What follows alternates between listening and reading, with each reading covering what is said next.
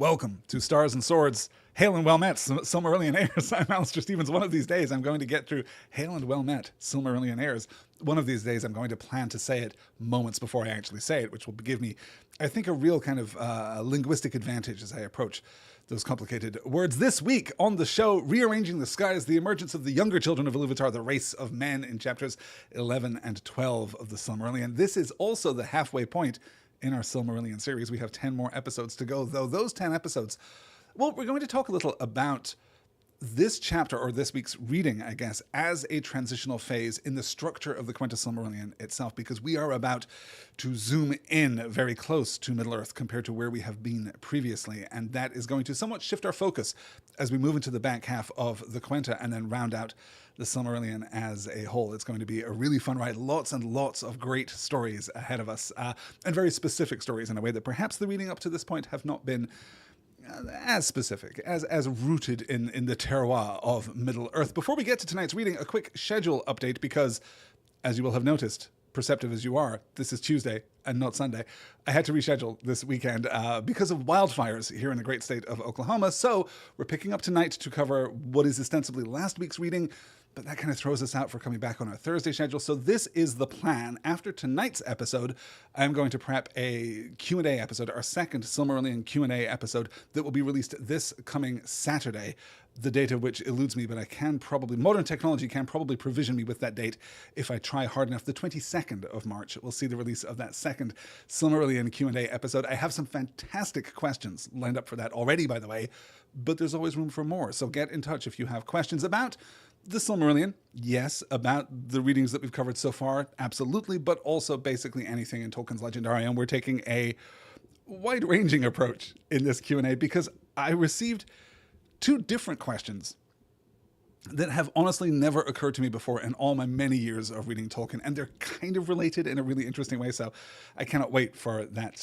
podcast episode this coming Saturday, and then next Thursday we'll be back on our regular Thursday schedule with, well, as we'll discuss at the end of tonight's show, with one hell of a reading, because we're gonna undertake a challenging pair of chapters next week on the show. But this week we've got a fairly easy process, because we're going to be looking at chapter 11 of The Sun and Moon and the Hiding of Valinor, and then chapter 12 of The Coming of Men, both of which are relatively short. These were supposed to be, in the original concept, in the original schedule for the series, separated, so that I wasn't having a really easy week. This week, I think 15 slides, a walk in the park. We're going to be out of here in 90 minutes, which I know is not what anybody wants, me included, but maybe we'll muster our energy for the Q&A on Saturday, and then for what is sure to be an epic undertaking next week. If you have thoughts, if you have comments, if you have anything to say about the show thus far, you can email me, starsandswordspod@gmail.com, or you can find me on Blue Sky at starsandswordspod.bsky.social.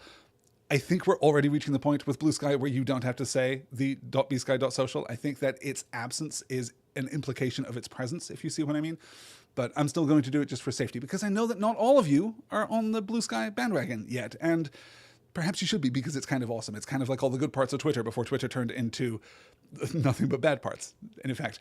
So we've got some great questions coming up. We've got some great material to cover tonight. Previously, though, just to kind of bring us back to pace, because it's been almost a week and a half. Last session, we discussed the doom of the Noldor. We discussed the burning of the swan boats of Aqualonde. We discussed the crossing of Belagir back to Middle-earth, the coming of the Naugrim, the dwarves, the 1,000 caves of Menegroth, all protected, of course, by the girdle of Melian, and we kind of gave a new status quo to Beleriand, catching up on just a scant 3,000 years of history that we had left while we were over in Valinor with the Noldor and the other elves. So with no further ado, despite, as I say, the fact that this week's reading is pretty straightforward, let's get into our discussion with some revisions and renovations to the skies above Arda. This is our first slide of the evening.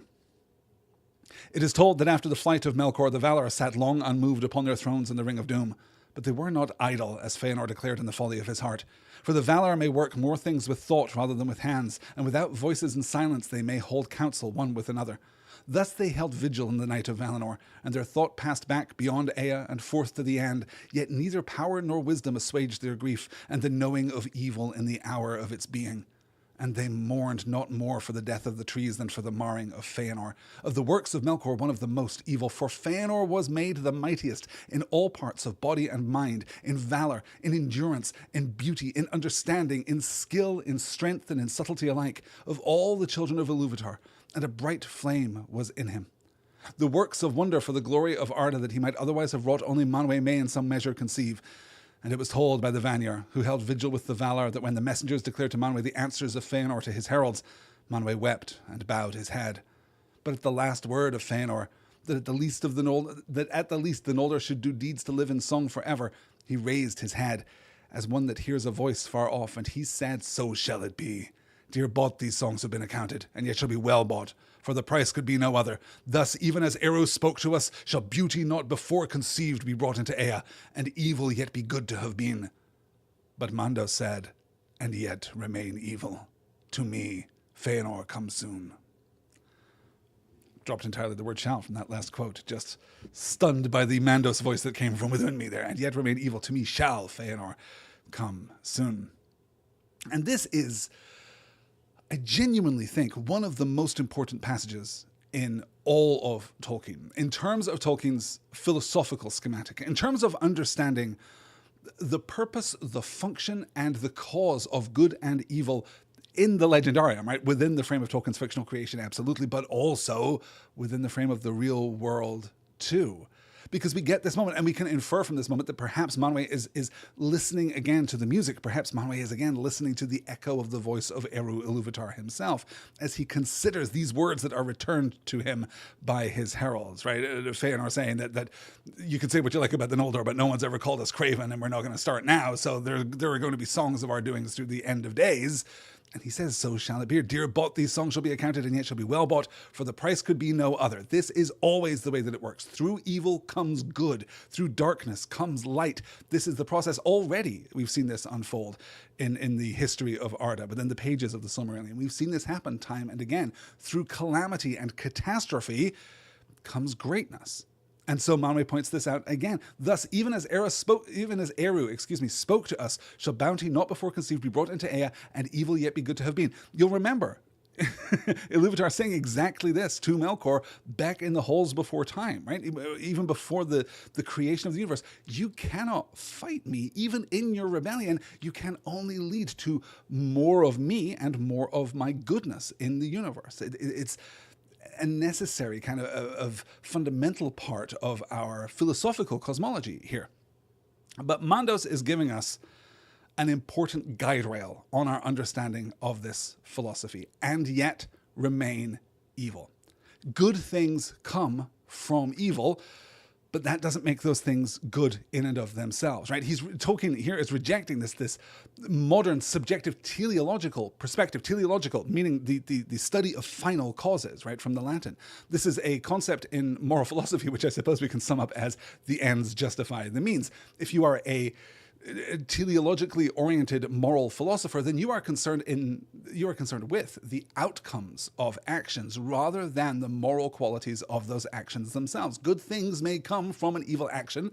That is the worldview of Tolkien being laid out for us here, but that doesn't mean that the evil action which leads to the good outcome is anything other than evil. Tolkien here is taking this deontological perspective. He's focused on the moral rules, the moral principles. The deontological approach to moral philosophy doesn't care about consequences, only about why you take the actions you take. It is about the action and not the consequence. This is the moral philosophy of Immanuel Kant. And it is compelling in part because we can't ever really know the consequences of our actions in the real world, right? Tolkien can be very assured that within the frame of Arda, within the frame of Middle-earth, the outcomes are always ultimately going to be good because, well, Ilúvatar is present, right? Because there is eucatastrophe, because there is this intercessory grace that will unwind all bad things and turn them to good ends. But that, of course, may not hold true for the real world, even if you are possessed of the quality of faith that Professor Tolkien himself had. We can take, for example, here, right, the betrayal of Jesus Christ by Judas, right? In Christian theology, this is the evil act which leads to what is, to the Christian mind, the best thing that has ever happened. So we have to ask, in the commission of this evil act that leads to an unparalleled good, is Judas doing the right thing? Is Judas to be forgiven? Is Judas to be embraced? And the answer is a resounding nope, because deontology, dude, like, you did the bad thing for bad reasons, and that remains an evil act. An evil act remains evil, and to Mandos shall you come soon.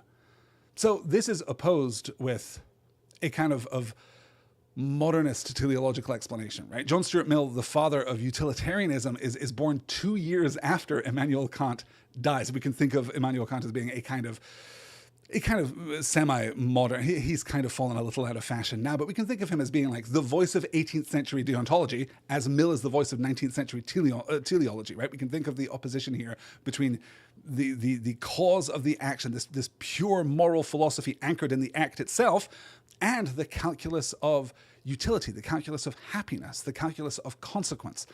And it's incredibly complicated to do that and to rationalize it. And here Tolkien is giving us, in a very clear way, I think, a forceful disambiguation between the consequence of the evil act and the act itself. Yes, good things are going to happen because Feanor made the choices that Feanor made, because of the oath of Feanor, because of the doom of the Noldor. Good things are still going to because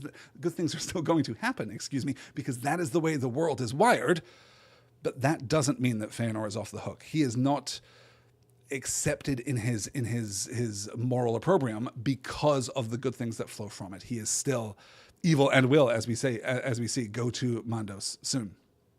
And we're getting this almost hagiographic kind of approach here to Feanor. And I mentioned this a little last week because I do think that we get moments of straight up Feanor propaganda, right? Alongside straight up Elven propaganda, I think we get moments of absolute Feanorian propaganda in this book, as written by the original Elven author of the text, right? We had the, and who among sons of elves or men have held their fathers of greater worth, right? But this isn't one of those moments. I think even here, for Feanor was made the mightiest in all parts of body and mind, in valor and endurance, in beauty and understanding, in skill, in strength and in subtlety alike, of all the children of Ilúvatar, and a bright flame was in him. I don't think that this is a piece of rhetorical strategy designed to make us forgive Feanor, or to understand Feanor, or to offer mercy toward Feanor, or not an undue mercy toward Feanor. Rather, what we're doing is we're leaning on the tragedy. We're leaning on the irony here. We're emphasizing the fall of Feanor in order to make this philosophical point, Mandos' philosophical point, that much more emphatically. Yes, you were marred by Morgoth. Yes, you were dealt a bad hand. Yes, you created the Silmarils, and then you were asked to destroy them in order to save Yavanna's trees. Yes, it is a tragedy, but you are still a bad dude who made bad choices. And this, I think, I realize here as we're still looking at that slide, this I think is, as I say, fundamental to Tolkien's moral philosophy, and really does ripple out through all of the Legendarium. I don't think that, I was really thinking today, you can see here, in fact, beside me here, my reading copy of The Hobbit, because I was looking at the actual resolution of Thorin, and I was looking at how we balance the dragon sickness that afflicts Thorin in the last pages of the last, couple of chapters of The Hobbit, and how we bring that to a place of peace. And it's exactly the same as Feanor. Thorin is mighty, he is a leader, he is king under the mountain, but the actions that he takes are still utterly condemned. There's a very strict deontological approach to moral philosophy here in Tolkien's work, which absolutely fits, of course, because if you believe in the ultimate victory of good and light, if you believe in grace, if you believe in eucatastrophe, if this is a part of your worldview, then how else are you to measure the moral value of any given action, right? Utilitarianism, the kind of utilitarianism, the kind of consequentialism called utilitarianism by John Stuart Mill, this idea that we can measure the moral value of any action in terms of how much happiness it causes or does not cause, right? That all falls apart because every action causes happiness. Ultimately, eventually, every action is a good action if you take the longest possible view within the schematic that Tolkien offers us. So how do we measure the moral action? Well, we measure it by the value of the action itself without a thought for consequence. And yet, these actions will remain evil, and to Mandos shall Feanor soon Come, that's a hell of a first slide. I know, here we are 15 minutes in already, and I see that we have people in the chat. We've got Glorfin David joining us and Rebecca joining us. Rebecca, I believe this is your first time with us. Welcome. It's so good to have you here. Glorfin David is calling out, yes, Kantian deontology. Yes, Kant really is, like, it's always so tempting to not attribute entire schools of thought and philosophy. For those of you who are joining me a little late, I read philosophy as an undergrad, and it's still a burning passion for me. And it's always tempting to try and do the more complicated reading, the more subtle reading, the more, the more contrary reading in some ways. But yeah, really, you can put deontology, our modern concept of deontology, at the feet of Kant. You can talk about moral agency. You can talk about, the categorical imperative in terms of how we distill out the morality of action. He's a fantastic writer, and you can still return to Kant absolutely today. He has aged better, I think, than many philosophers who came 100 years after him, 150 years after him. I'm also a big fan of John Stuart Mill, who I think should be read more often and more widely. I do think that in the real world, without the orienting force of a strong religious faith and a strong real life belief in eucatastrophe, I do find the calculus of utilitarianism to be somewhat compelling, but also very complicated. And maybe that's for another podcast where I dive deep into philosophy. For now, though, let's move on as we look at what the Valar do, right? As they are sitting here in the Ring of Doom, as they are sitting as Fëanor thinks, just not taking action, as they are sitting idle to Fëanor's mind, they are instead taking counsel. They are communicating. And we'll remember that taking counsel is a fundamental good, in fact, that actions that are taken alone are much more likely to be astray, askew, to be evil in some measure, or at least to be incomplete, because it is in concert and it is in harmony and it is in collaboration that we find wisdom. This is true of all the inhabitants of Middle-earth, and it's just as true for the Valar. This is, in some sense, the ultimate purpose of the Valar, in terms of the ultimate purpose of all of the Ainu, right? The Ainur, excuse me. This is, in effect, what we are working toward at the end of days is going to be this perfect cognizance. It's going to be this perfect coherence between all the varied voices and facets of Ilúvatar, all raised in chorus together. Let's take a look at the last fruits here of the trees. Oh, that's the wrong slide entirely. There we are. These things the Valar did, recalling in their twilight the darkness of the lands of Arda, and they resolved now to illumine Middle-earth, and with light to hinder the deeds of Melkor. For they remembered the Avari that remained by the waters of their awakening, and they did not utterly forsake the Noldor in exile. And Manwë knew also that the hour of the coming of man was drawn nigh. And it is said indeed that even as the Valar made war upon Melkor for the sake of the Quendi, so now for that time they forbore for the sake of the Hildor, the aftercomers, the younger children of Ilúvatar. For so grievous had been the hurts of Middle-earth in the war upon Autumno that the Valar feared lest even worse should now befall, whereas the Hildor should be mortal and weaker than the Quendi to withstand fear and tumult. Moreover, it was not revealed to Manwë where the beginning of men should be, north, south, or east. Therefore the Valar sent forth light, but made strong the land of their dwelling. Isil, the sheen of Vanyar of old, named the moon, flower of Talpirion and Valinor, and Anar, the fire-golden fruit of Laurelin, they named the sun. But the Noldor named them also Rana, the wayward, and Vaza, the heart of fire that awakens and consumes, for the sun was set as a sign of the awakening of men and the waning of elves, but the moon cherishes their memory. And what I have done there, of course, is skip ahead an entire slide. So we're going to kind of cover this, I suppose. Let's rewind here, if I can do so without ruining everything. Yes, okay. So this is the slide that I missed, and then we'll kind of circle back to the one that I just read previously in the Silmarillion. But when at last the Valar learned that the Noldor had indeed passed out of Aman and were come back into Middle-earth, they arose and began to set forth in deeds these counsels which they had taken in thought for the redress of the evils of Melkor. Then Manwë bid Yavanna and Nianna to put forth all their powers of growth and healing, and they put forth all their powers upon the trees. But the tears of Nianna availed not to heal their mortal wounds, and for a long while Yavanna sang alone in the shadows. Yet even as hope failed and her song faltered, Talpirion bore at last upon a leafless bough one great flower of silver, and Laurelin a single fruit of gold. These Yavanna took, and then the trees died, and their lifeless stems stand yet in Valinor, a memorial of vanished joy. But the flower and the fruit Yavanna gave to Aule, and Manwë hallowed them, and Aule and his people made vessels to hold them and preserve their radiance.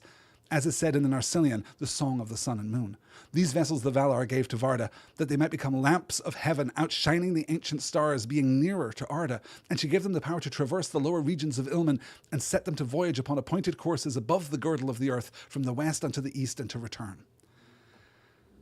So, here we're getting the etiological myth, right? We're getting the explanation of the creation of the sun and moon, as is clearly necessary if you're undertaking a mythological framework for the world as we know it and experience it. And we have done a wonderful job being happy beneath starlight skies, right? We've done a wonderful job during the days of the lamps. The Valar were very happy. That didn't really work out. Then the trees were pretty good for a while, at least if you were in Aman, not so good if you were in Middle Earth. But now we're undertaking a much greater task. We're really distilling out the last power of the trees of Telperion and Laurelin and reforging our cosmological understanding of Arda itself. Not for the last time. In fact, not for the last time in this chapter, but also something much larger and more powerful is coming in the chapters to come. But for now, we're really entering into a period of kind of medievalist cosmology, right? Where we're getting to the idea that the sun and the moon exist in an orbit above us, right? In the higher areas of Ilmen, or even the lower regions of Ilmen, beneath the stars, but above the atmosphere. That's what we're talking about here. The exact etymology of Ilmen is not clear. It's one of these words that Tolkien uses without giving us a clear derivation of it. But in the index of names in this book, it's given as the region above the air where the stars are. So that is kind of leaning into this idea of concentric spheres of existence radiating outward from the earth. That is, you have the surface of the earth, and then you have the atmosphere, and then you have a space of void, and then you have a space where the sun and the moon are and how they move around the earth. And then beyond that, you have the stars themselves, which I guess, is kind of functionally usable in terms of a cosmological understanding of our place in the universe. Narsillion here, we get reference to, as is said in the Narsillion, the Song of the Sun and the Moon. This is another paratext, of course, another implied paratext here in the pages of the Silmarillion. Narsillion, literally, of the sun and moon. It's a fusion of Anar and Isil, right? Sun and moon. So we're getting another sense that this is an important story that has been told in other places, which was why we're only getting this sketch here in the pages of the Silmarillion themselves. And I do want to talk for a moment here about the motivation of the Valar at this point, because it is so important to think of the Valar as being judicious. I am very sensitive to the reading, I think, as I've said before. I'm very sensitive to the reading that the Valar are kind of negligent, that they are kind of borderline ignorant, that they are undertaking these projects in Middle-earth with more concern for their own role as sub-creators than for the full manifestation of the glory, the diversity, the complexity of the song, of the vision as they were presented back before the creation of Arda, back before Ea, right? This is it's so challenging to think of how we're supposed to interpret the Valar, right? Because on the one hand, yes, we've discussed how the retreat to Aman, how sheltering behind the Pelori, about how the positioning of the trees is maybe not the most progressive piece of literal world building that the Valar could have undertaken, right? They are fighting a long defeat there. They are backing themselves into a corner, and they're doing so, as we've discussed previously, for defensibly good reasons, I would say. In fact, you know what? I'm going to put a pin in this discussion right now because we're going to get to this in literally, I think, the next slide or two, because we have a couple of extra perspectives that might give us some insight. But we are very tempted, particularly with the reference to Feanor's judgment of the Valar as being passive, as being idle, as they sit there in the Ring of Doom and sit silent, right? Because he doesn't know that they're communicating telepathically, the one with the other, or all of them together in consort. It's tempting to think of them as being negligent, as being somewhat misguided in their pursuit of a vision of the future of Middle-earth that doesn't properly place the children of Ilúvatar where they should be. That is to say, front and center. That is to say, right at the heart of Arda. But there is always here, I think, an underlying goodness. There is an underlying an underlying sensitivity, a generosity, a kindness, something that is protective, for sure, something that has been perhaps a little patriarchal, something that has been a little regressive in the way that it treats the children of Ilúvatar, the eldest children of Ilúvatar in this case. But there is still good here, right? We get this idea that the Noldor have passed out of Aman. They arose and began to set forth in deeds those counsels which they had taken in thought for the redress of the evils of Melkor. They've left. The Noldor, who are doomed, who have shattered the peace of the Blessed Realm, who have slayed their kin at Alqualonde, who have burned the swan boats, who have now undertaken this crossing back to Middle-earth, they've gone, but that doesn't mean that they're out of our jurisdiction. It doesn't mean that we are therefore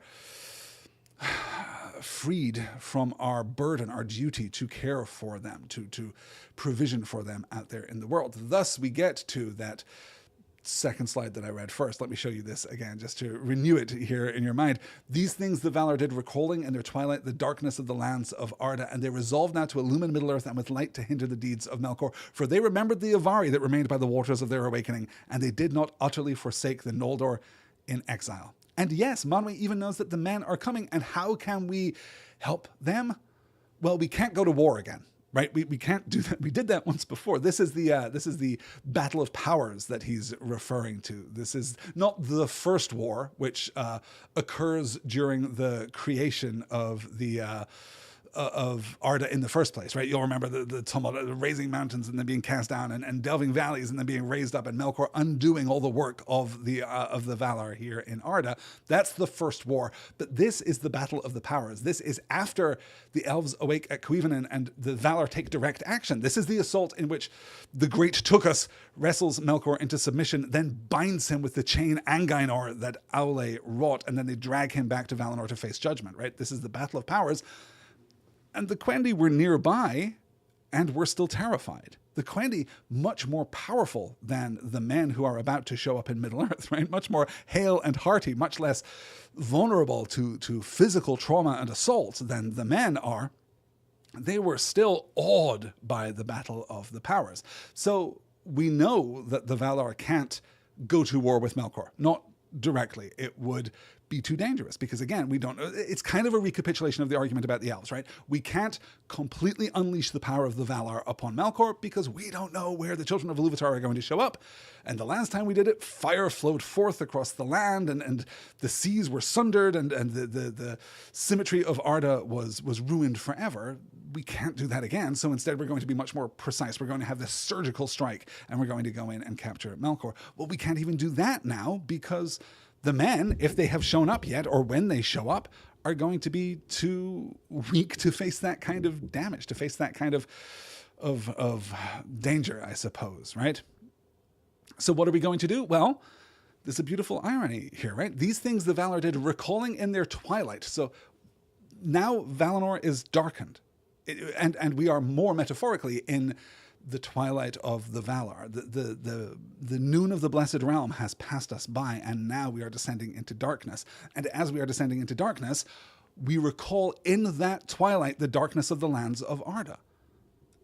Apparently, the Valar hadn't been consciously aware of the fact that the rest of the world was languishing in darkness, because they had everything that they wanted. And perhaps we can extend this to explain, if we're feeling generous, right? We can maybe intuit here that their purpose in their invitation to the elves was accompanied by an understanding that ultimately all of the children of Ilúvatar would come and live in Valinor with them. Because why wouldn't you? Why wouldn't you want to come and live in Valinor with the Valar? Why wouldn't you want to come and live in the Blessed Realm? It's great. Because the Valar don't have that special singular relationship with Ilúvatar that the elves have and that the men have, two very different special relationships. And even to some extent, we might infer that the dwarves have too. The Valar don't have that kind of agency. They don't have that kind of free will. They certainly have a free will, right? But they are acting in accord with the song. That is their purpose. That is their intent. And when they don't, we see that as a moral failing. And perhaps that's not so true of the elves or of the men. I'm going to catch up here. Matt is joining us here in the chat. Good to have you with us, Matt. First time I've been able to join the live session. Well, I hope it's living up to your highest expectations, Matt. It's a ramshackle affair full of chaos. And luckily, to balance that, brilliance here in the chat in the company of Glorfin David and Gladrick Becky, who, yes, are oldies from the days of There and Back Again. As Matt says, you are the Eldar. They were the first to speak. They were the first with voices, the first who could name the world around them. So here we have the creation of the last fruits of Telperion and Laurelin, the last great kind of constructive act of the Valar on the face of Arda. We're going to, as I say, this is an etiological myth. Obviously, we are practically explaining the creation of the sun and moon so that we can have a world that we really live in with the sun and moon. And we're going to move through some of those etiological steps to explain some of the qualities of those celestial bodies. But we're also kind of concluding this three-beat of creation. First the lamps, then the trees, and now something that is beyond Arda itself. And I do think that you can track this a little. This is a little soft, honestly, but I do think that you can trace the progression here from lamps to trees to moon and sun by looking at how these objects are created and how they belong to the Valar, the ways in which they belong to the Valar, or, now the ways in which they don't really belong to the Valar at all. The lamps are fully artificial. The lamps are creations of the Valar themselves, right? They are crafted by Aule, and they are there on great pedestals that are built to carry them, but they are not of the world. They are these very explicit, intrusive creations of the Valar themselves.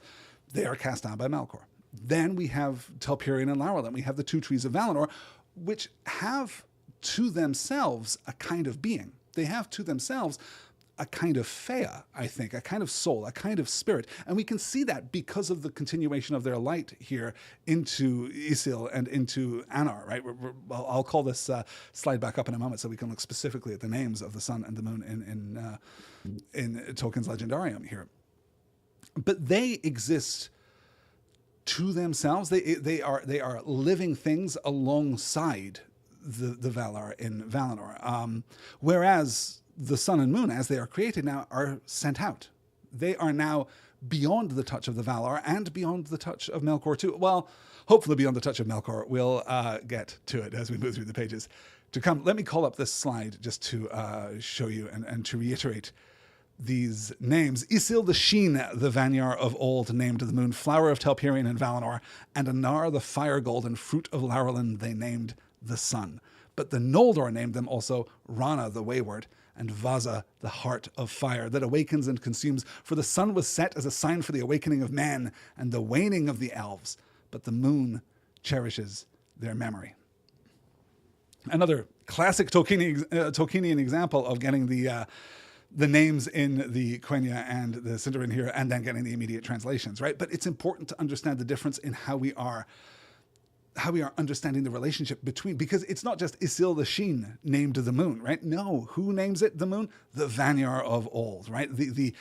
Those elves who are closest to the Valar in Valinor, even now. Isil the Sheen, the Vanyar of old, named the moon, flower of Telperion, and Anar the fire golden. These are their names, Anar and Isil. We'll see variations of those names down through the ages, right? We'll talk a little about that even in this week's reading, because those names are going to come back, because they're extremely important, it turns out. But the Noldor named them Rana the wayward, because of the wayward motion of the moon, because the moon's movement, as seen from the surface of the earth, as seen from the surface of Arda, is unpredictable. Not yet, but it will be, right? We're going to explain why the moon doesn't seem to move in quite the predictable way that the sun does. And of course, Vaza, the heart of fire that awakens and consumes. What does it awaken? Well, it awakens the second children of Ilúvatar. It awakens the men. The sun is set as a sign for the awakening of men and the waning of the elves, but the moon cherishes their memory. And you'll see here the lies of Melkor at work in the hearts of the Noldor, right? Because there's no sense coming into this period of the history of Arda, of the awakening of men, that the elves are going to be eclipsed by the men. This is part of the lie of Melkor as told in Valinor. Really, the Valar didn't mention that there are other living, thinking beings out there in the world who are weirdly even closer to Ilúvatar than you are? How strange that the Valar didn't mention that. No wonder the elves now are paranoid. Let's move forward here to take a look at those plucky Maiar who are going to orbit forever Arda. The maiden whom the Valar chose from among the Maiar to guide the vessel of the sun was named Arian. And he that steered the island of the moon was Tilion. In the days of the trees, Arian had tended the golden flowers in the gardens of Vana and watered them with the bright dews of Laurelin. But Tilion was a hunter of the company of Orome, and he had a silver bow. He was a lover of silver. And when he would rest, he forsook the woods of Orome, and going into Lorien, he lay in dream by the pools of Esti, in Telperion's flickering beams, and he begged to be given the task of tending forever the last flower of silver. Arian the maiden was mightier than he, and she was chosen because she had not feared the heats of Laurelin and was unhurt by them, being from the beginning a spirit of fire, whom Melkor had not deceived nor drawn to his service. Too bright were the eyes of Arian for even the Eldar to look on, and leaving Valinor she forsook the form and raiment which, like the valor, she had worn there, and she was as a naked flame, terrible in the fullness of her splendor. Isil was wrought first, and made ready, and first rose into the realm of the stars, and was the elder of the new lights, as was Telperion of the trees. Then for a while the world had moonlight, and many things stirred and woke that had waited long in the sleep of Yavanna. The servants of Morgoth were filled with amazement, but the elves of the outer lands looked up in delight. And even as the moon rose above the darkness in the west, Fingolfin let blow his silver trumpets and began his march into Middle-earth, and the shadows of his host went long and black before them. A fantastic moment, even here as we're conducting this experiment in etiological myth, even here as we are completely resetting our cosmological understanding of Arda, we get this moment of personal foreshadowing. And as I've said countless times before, and will countless times again, to me there is perhaps nothing in Tolkien's writing that is more impressive than his ability to do exactly this, to navigate these incredibly varied strata of prose style and of narrative distance, right? To be here engaged in this enormous work of cosmic renovation, and then to bring it all the way down into the actual boots on the ground, into the actual people of Middle-earth, right? The elves of the Outer Lands. The Outer Lands here, of course, just Middle-earth. They look up in delight. Even as the moon rose above the darkness of the west, Fingolfin let blow his silver trumpets. So we have this moment of celebration, of delight, of joy, of awe, but we're also foreshadowing. The shadows of his host went long and black before them. Where is Fingolfin right now? Well, he has just crossed the Helcaraxe, and he has entered into Middle-earth. Absolutely intent on, as we said it very coyly in last week's reading, seeing Feanor again. So let's talk a little about the Maiar who guide these vessels of the sun and moon. Arian or Arian, literally Lady of the Sun, a very simple translation here. Tilion is a little more complicated, which I really love. Tilion is derived from the Quenya word for point or of horn, drawn presumably from the crescent shape of the moon. You'll observe that note there. He had a silver bow, right? He was a hunter of the company of Orome, and he had a silver bow, which resembles, of course, that crescent strip of the moon. He was a lover of silver, and when he would rest, he forsook the woods of Orome, and going into Lorien, he lay and dreamed by the pools of Este and Telperion's flickering beams, and he begged to be given the task of tending forever the last flower of silver. So he is dedicated, yes, romantic, yes, a kind of a hunter who has been tamed by the beauty of Laurelin, absolutely, right? There's something here that, who is about to be tamed by the beauty of Laurelin, I should say, who is first enchanted by the silver beauty of Telperion, right? He kind of basks in these silver beams, but then is also caught in the fiery radiance of the the last proof in Middle-earth of Laurelin too. So first of all, we craft... Oh, no, I don't even want to get to the crafting yet because I absolutely have to talk about Arian. I absolutely have to talk about Arian.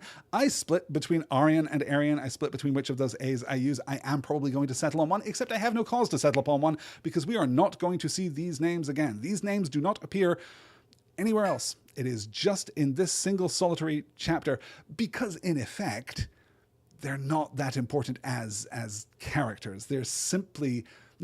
literally, in fact, almost literally, vessels for the light to be carried into the heavens. So we get this sketch, which is a beautiful thing, and certainly the sketch of the sketch of Tilion I find very compelling. The sketch of Tilion I find really romantic and arresting. But Arian gives us something completely different, right? Arian the maiden was mightier than he, and she was chosen because she had not feared the heats of Laurelin and was unhurt by them, being from the beginning a spirit of fire. She's a spirit of fire. What does that mean? She's a spirit of fire who is not corrupted by Melkor. She is, we might speculate, as close as we are ever going to get to what the Balrogs were supposed to be. It's an astonishing, just casual detail thrown out here that this is what fire was supposed to be.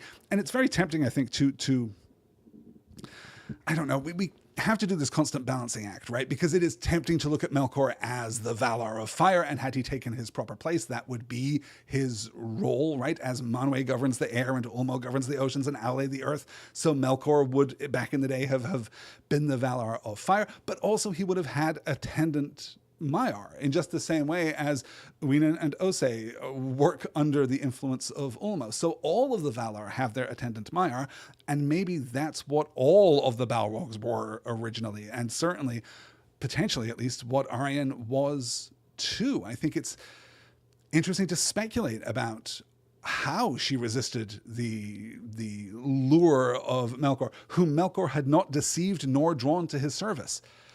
Well, God, when are we talking about this deception? When are we talking about this desire to draw her into his service? Are we talking about back during the music? Are we talking about during the vision? Are we talking about the first war? There's so many questions here that immediately arise, but we do see, I think, a kind of functional and purposeful opposition between a kind of good fire and bad fire. We talked about this a little bit back when we were talking about Melkor as a spirit of fire in the first place, right? That Melkor may be bad, Morgoth may be bad, but that doesn't mean that fire is bad. There is good fire within the frame of the Legendarium. There's good fire in The Lord of the Rings. I mentioned before, the confrontation between Gandalf and Durin's Bane on the bridge at Khazad-dûm, right? We have this opposition of good fire and bad fire, and hey, good fire wins out. It turns out that fire as a force cannot be completely conquered by darkness. It cannot be completely conquered by the corruption, the marring of Melkor. We saw this again in a very different form, admittedly, with Ose, right? Who falls under the influence of Melkor in the first instance and is then later redeemed and welcomed back into the employ, the service of Ulmo. So we can see that these individual spirits of fire, of water, these individual elemental spirits, right? These Maiar who serve beneath their ruling Valar, that they are not necessarily, that their elemental alignment does not necessarily lead them toward virtue or vice. It does not necessarily lead them toward good or evil. That I don't think it's fair to say that in the pages of Tolkien's work that any particular natural force is given a clear good or bad quality to it. I think that we are presented instead with a complexity. We are presented instead, right? Which again takes us back to the idea of this deontological perspective, right? It doesn't matter what you are. It matters what you do and why. It matters why you take the action that you take. Fire's not bad. Water's not bad. The air is not bad, right? We can think of the opposition between an implicit opposition here between Manwë and the black belching vapors of Ungoliant. We're seeing there like a different opposition of air, and we don't think for a moment that air is evil.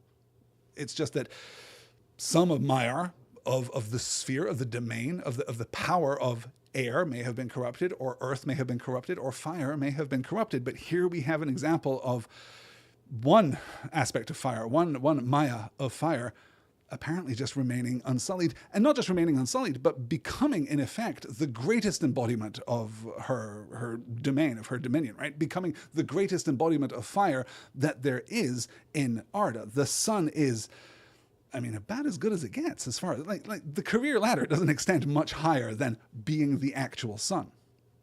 Let's take a look at our next slide here. So Aryan and Tirion taking the sun and the moon. We'll note again, Tirion first, right? Isil is first wrought, and Tirion, excuse me as I kick my microphone stand there, all the way across the room, as Tirion here takes Isil first into the air before the sun is wrought, just as Telperion was the first tree, right? And again, we should talk, I guess, about the gendering of this too, because it's unusual. If you take a gloss of all of the many mythologies of the world, it's unusual to see a masculine presenting moon and a feminine presenting sun. It's oftentimes the other way around. It's oftentimes the case that both in fact are masculine. It's not completely unprecedented. And it is obviously, as I say, inherited from the trees of Valinor, from Telperion, the silver masculine tree, and Laurelin, the gold feminine tree. We're continuing that tradition. But in the West, in the Anglophonic West, in the Romance languages of Western Europe, we're really influenced by, Selene and Helios, right? We're really influenced by the idea of a feminine moon and a masculine sun. That's encoded, in fact, in the gendered language that we use, the gender of those nouns in Italian and French and Spanish and Portuguese, right? All of these languages will very clearly differentiate the gender difference between the sun and the moon in a way that has become kind of almost ideological to many of us, that emerged from this cauldron of Western European culture, right? All of the Anglophonic cultures too. But that's not necessarily the case, and other cultures do take a different approach. In Norse mythology, for example, Mani, the moon, is male, and Suna, the sun, is female. They're usually rendered as brother and sister too, which can complicate their relationship, and is definite proof, I think, that Tolkien isn't just lifting from Norse myth here for his own cosmology. In Shinto mythology, too, Amaterasu and Tsukuyomi, excuse me for my pronunciation there, are female and male, sun and moon, respectively. So it's not unique, but it is unusual. And it is surprising. And there are, readers of the Silmarillion who find this quite a surprising detail as we're moving through it. But it's a consequence of a superficial reading of Tolkien's work, as I've said before, that many people take Tolkien to be, I'm hesitating to say a misogynistic writer because I do not think that Tolkien is a misogynistic writer, but as I've said before, Tolkien is very entrenched in a kind of gender binary. And the gender binary in which Tolkien is entrenched is a gender binary that offers usually action and activity to the masculine characters and uniquity, beauty, power, all the superlatives that you can name beside like action to the feminine characters. Like women generally outclass men in every single arena within the Legendarium.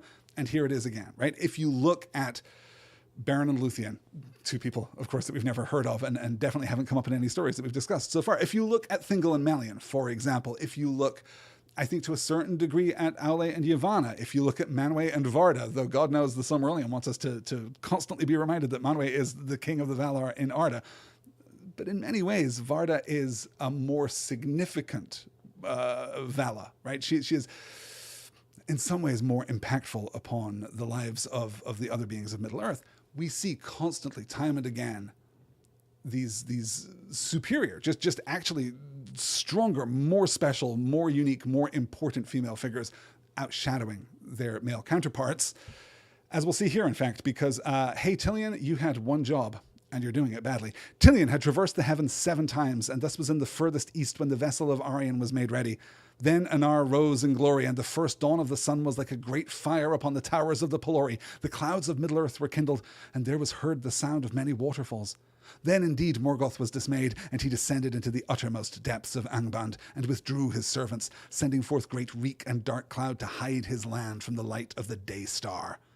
Now Varda purposed that the 2 vessels should journey in Ilmen and ever be aloft, but not together.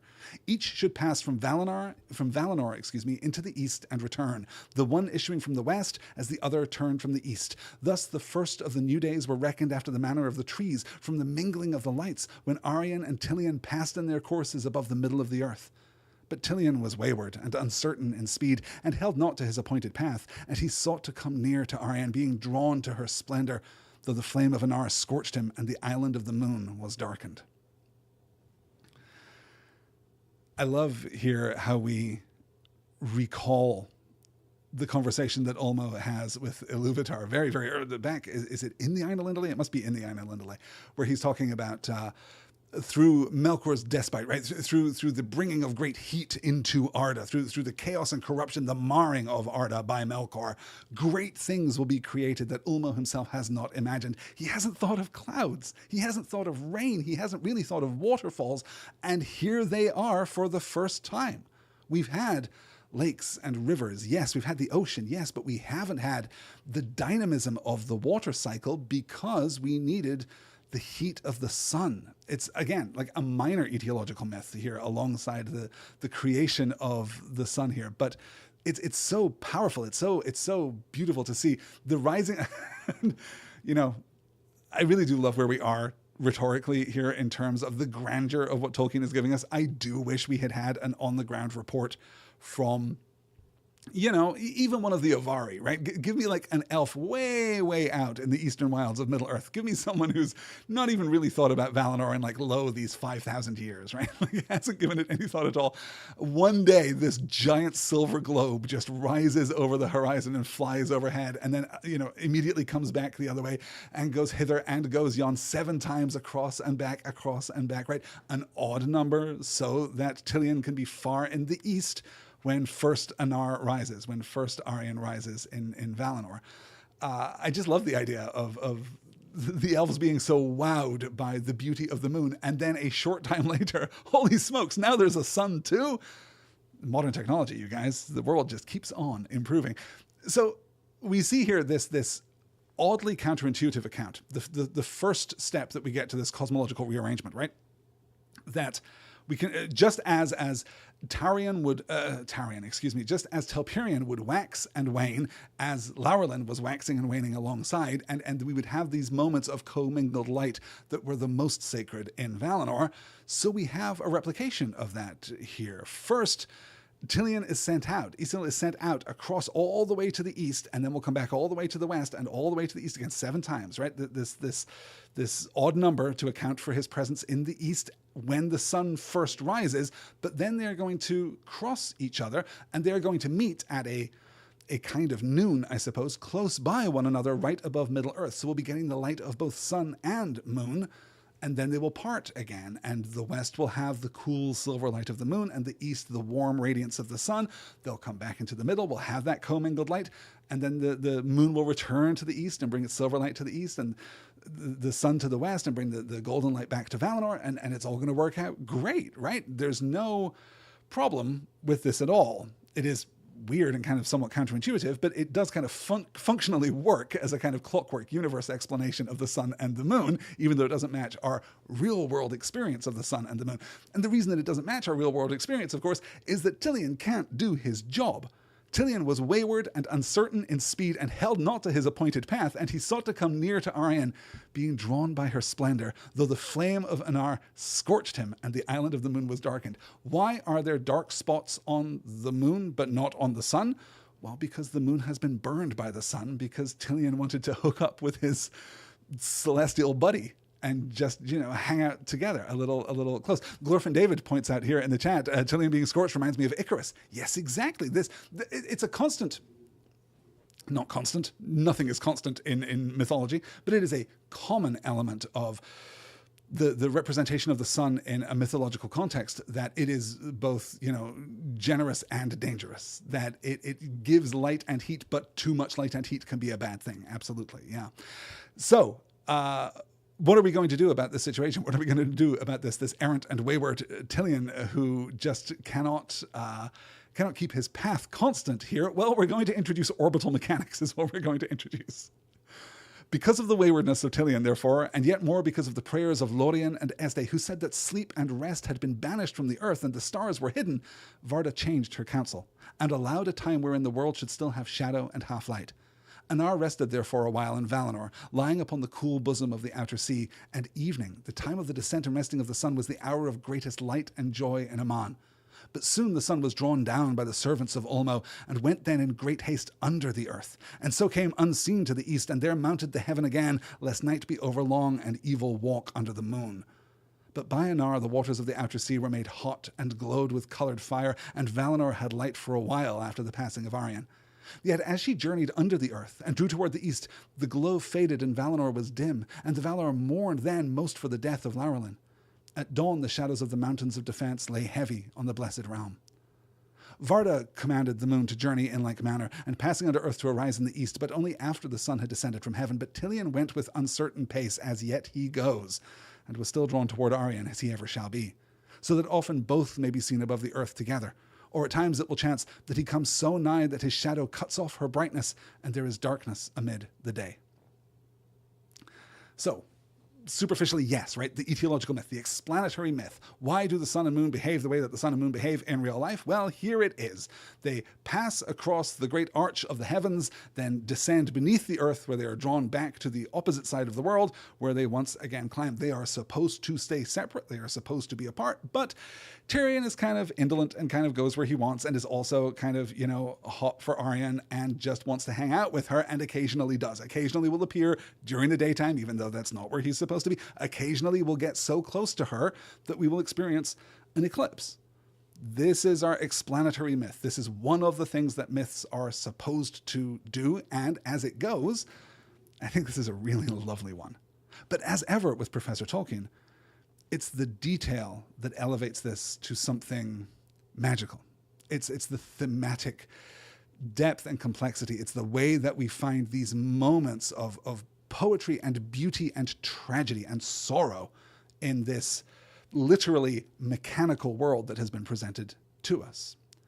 So, because Tilion cannot stay away from Arya, and because Lorien and Este go to Varda and say, hey, sleep is really good, the night is really good, and we don't have that anymore, and could we do something about that, please? And Varda immediately reconsiders and says, yes, okay, let's rearrange this order so that we shall have nighttime once more. So, Anar rested therefore a while in Valinor, laying upon the cool bosom of the outer sea, and evening, the time of the descent and resting of the sun, was the hour of greatest light and joy in Aman, right? So, we pass from east to west, and this is the first time that light has done that. I mean, if you exclude the oscillating movement of the sun and the moon prior to this revision, right? Prior to Sun and Moon 2.0 presented by Varda. Prior to that, all light flowed from the west to the east. Remember how the western shores of Tol Eressëa, the western flank of the mountainous island of Tol Eressëa out there in Elvenhome, had flowers upon it because of the light of the trees that poured through the Calcaria and out into the bay. All light passes from the west to the east, but now the light is passing from east to west. And what does that mean? Well, it means that Valinor is fantastic in the evening. It was the hour of greatest light and joy in Aman. But that is a twilight hour. That is an hour that fades, and it is an hour that fades into darkness. Soon the sun was drawn down by the servants of Ulmo, and went then in haste under the earth, and so came unseen to the east, and then mounted the heaven again, lest night be overlong and evil walk under the moon. Giant asterisk here. Lest the night be overlong and evil walk under the moon. Now the world in darkness is dangerous. Now we are ceding the starlit sky, the moonlit sky, to evil and to the forces of Melkor. Not ceding it exactly, right? But populating it with that evil. This is a world that for thousands of years has been predominantly lit by the distant stars of Varda. There wasn't even a moon, and yet we don't consider this to be a place populated entirely by evil, right? Thingol and Melian and all of the elves of Beleriand, and all the dwarves that we met in last week's reading, they have all lived forever under the starlit sky. But now in the presence of the sun, that darkness has been reframed. That darkness has been reoriented, and it has been claimed, or it is being attributed to, it is being empowered by the dark forces of Melkor. That simple kind of cognitive shift has happened almost immediately, I guess, right? The sun has to hurry, right? It's not just enough that the sun passes beneath the earth and rises again in the distant east. It's that it hurries beneath the earth, lest night be overlong and evil walk under the moon. The moon, of course, infinitely more bright than the starlit sky used to be all through the millennia-long night. But by Anar the waters of the outer sea were made hot and glowed with coloured fire, and Valinor had light for a while after the passing of Aerion, yet as she journeyed under the earth and drew toward the east, the glow faded and Valinor was dim. This is the twilight of Valinor, right? As literally as it can possibly be represented, as enfolded into the etiological myth as it can possibly be. This is a great aspect, a hugely significant aspect, and an oftentimes overlooked aspect of Professor Tolkien's genius. He is giving us the thematic underpinning, our emotional understanding of what is happening here in Valinor, coupled to the etiological myth, with this explanatory myth of the sun and moon. And then we get the final stab of this, right? Just as the host of Fingolfin casts long shadows in the moonlight across Middle-earth, so now at dawn, the shadows of the Mountains of Defense lay heavy on the Blessed Realm. For the first time, the mountains of the Pelori are casting their shadows westward and not eastward. Varda commanded the moon to journey in like manner and passing under earth to arise in the east, but only after the sun had descended from heaven. So we get the idea that this is supposed to work in a very kind of clockwork, metronomic, consistent kind of way. But of course, the moon shall not behave thus. The moon will do what the moon wants to do. Meanwhile, with Morgoth, I've got like 3 slides tonight that I think are entitled Meanwhile with Morgoth, because this is just very much how we're laying out our passage here as we move into the years of the sun. Still, therefore, after the long night, the light of Valinor was greater and fairer than upon Middle-earth, for the sun rested there, and the lights of heaven drew nearer to earth in that region. But neither the sun nor the moon can recall the light that was of old, that came from the trees before they were touched by the poison of Ungoliant. That light lives now in the Silmarils alone. But Morgoth hated the new lights, and was for a while confounded by this unlooked-for stroke of the Valar. Then he assailed Tilion, sending spirits of shadow against him, and there was strife in Ilmen beneath the paths of the stars. But Tilion was victorious. And Aryan Morgoth feared with great fear, but dared not come nigh her, having indeed no longer the power. For as he grew in malice, and sent forth from himself the evil that he conceived in lies and creatures of wickedness, his might passed into them, and was dispersed. And he himself became ever more bound to the earth, unwilling to issue from his dark strongholds. With shadows he hid himself and his servants from Aryan, the glance of whose eyes they could not long endure. And the lands near his dwelling were shrouded in fumes and great clouds. Just this echo here of the reek and the smoke that Melkor is sending out to conceal Angband and his great subterranean fortress. So let's tag this first, right?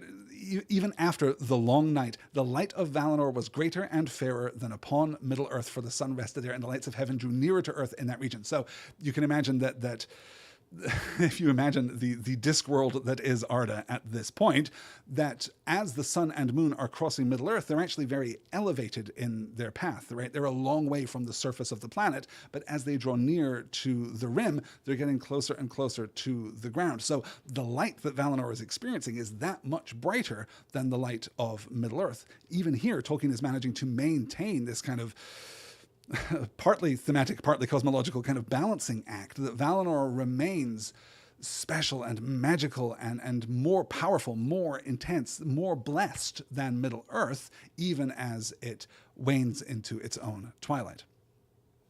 And then Morgoth assailing Tilion, sending spirits of shadow against him. And there was strife in Ilmen beneath the paths of the stars. And if ever we had a story where I wanted a little more detail, I wanted a little more specificity here, that would be fantastic. I would really welcome that for the story, because I don't know the mechanism by which Melkor is assaulting the moon. Now, we must remember that cosmologically here, right, the sun and the moon are roughly the same size and exist in Ilmen. So they are above the atmosphere, yes, but not like hundreds of thousands of miles away, not even tens of thousands of miles away, probably more like hundreds of miles above the surface of Arda. They're really not that far. So it is possible that Melkor could assault their physical being at this point in the history of Arda. But of course, Morgoth is doing what Morgoth does best, which is sending out his own power into the creatures under his command, right? In the evil that he conceived in lies and the creatures of wickedness, his might passed into them and was dispersed. This is the same thing as he did with Ungoliant. He put his power into Ungoliant so that they could accomplish the destruction of the trees of Valinor, and then was insufficient to stand up to Ungoliant on the other side and had to flee with the Silmarils. And who knows what would have happened if not for the intercession there of the girdle of Melian and the forcing of Ungoliant into her dark caves beneath the mountains of Terror, right? Let's keep going here as we close out the chapter with a little bit of foreshadowing. 2 chapters back to back foreshadowing the same character. Kind of got to love how this plays out. But seeing the assault upon Tilion, the Valar were in doubt, fearing what the malice and cunning of Morgoth might yet contrive against them. Being unwilling to make war upon him in Middle-earth, they remembered nonetheless the ruin of Almaran, and they resolved that the like should not befall Valinor. Therefore, at that time, they fortified their land anew, and they raised up the mountain walls of the Pelori to sheer and dreadful heights, east, north, and south. Their outer sides were dark and smooth without foothold or ledge, and they fell in great precipices with faces hard as glass, and rose up to towers with crowns of white ice. A sleepless watch was set upon them, and no pass led through them, save only at the Calicaria. And that pass the Valar did not close because of the Eldar that were faithful. And in the city of Tirion upon the green hill Finarfin yet ruled the remnant of the Noldor in the deep cleft of the mountains. For all those of elven race, even the Vanyar and Ingwe their lord, must breathe at times the outer air and the wind that comes over the sea from the lands of their birth. And the Valar would not sunder the Teleri wholly from their kin. But in the Calicaria they set strong towers and many sentinels, and at its issue upon the plains of Valmar a host was encamped, so that neither bird nor beast nor elf nor man nor any creature beside that dwelt in Middle-earth could pass that leaguer. And in that time also, which songs call Nortali Valinorova, the hiding of Valinor, the enchanted isles were set, and all the seas about them were filled with shadows and bewilderment. And these isles were strung as a net in the shadowy seas from the north to the south, before Tol Eressëa, the lonely isle, is reached by one sailing west. Hardly might any vessel pass between them, for in the dangerous sounds the waves sighed forever upon dark rocks shrouded in mist. And in the twilight a great weariness came upon mariners, and a loathing of the sea. But all that ever set foot upon the islands were there entrapped, and slept until the change of the world. Thus it was that as Mandos foretold to them in Ahriman, the blessed realm was shut against the Noldor. And of the many messengers that in after days sailed into the west, none came ever to Valinor, save one only, the mightiest mariner of song. We'll talk about the mightiest mariner of song in just a few weeks' time. So this is the other half of the plan here to forestall the evil, the depredations of Melkor upon the face of Middle-earth, because they are unwilling to make war upon him in Middle-earth because of the damage that could be done to the elves, the dwarves, and certainly to the fragile, fragile, fragile men that have yet to wake.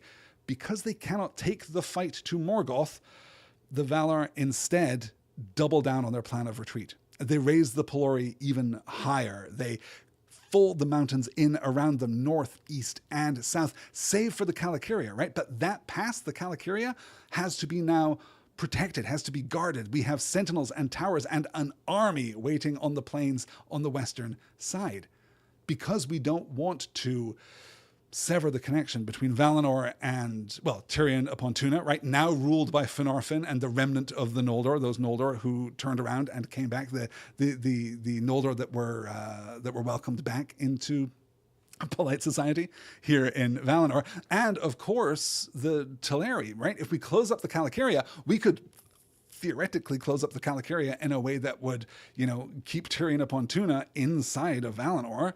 But the problem with that is that it would cut off the elves. Well, it would cut off the elves in two ways. It would cut off the Noldor specifically in two ways. It would cut them off from the Teleri, who still live in Aqualonde. This is our confirmation that the destruction of the kinslaying was not absolute. It was not complete. Teleri still live in Aqualonde on the shores. But also, there is a need of these elves to experience the wind that blows from Middle-earth from time to time. Even the Vanyar, even Ingwe their lord, even like the most passionate and pro-Valar of all the elves that ever lived, even he still has to feel the breath of Middle-earth.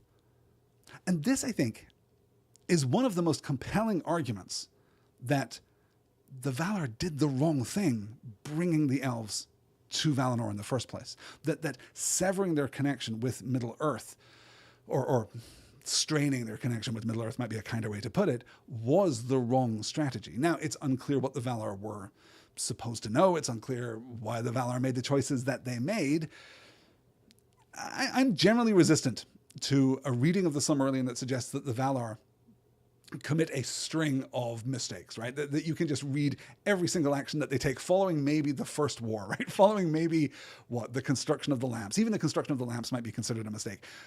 But it's just mistake after mistake after mistake, and that they aren't smart, or that they aren't active enough, or they aren't good enough even, right? That they are negligent caretakers of Arda. I'm kind of resistant to that reading because I think, A, that it's kind of a thin reading. It's kind of a modern reading.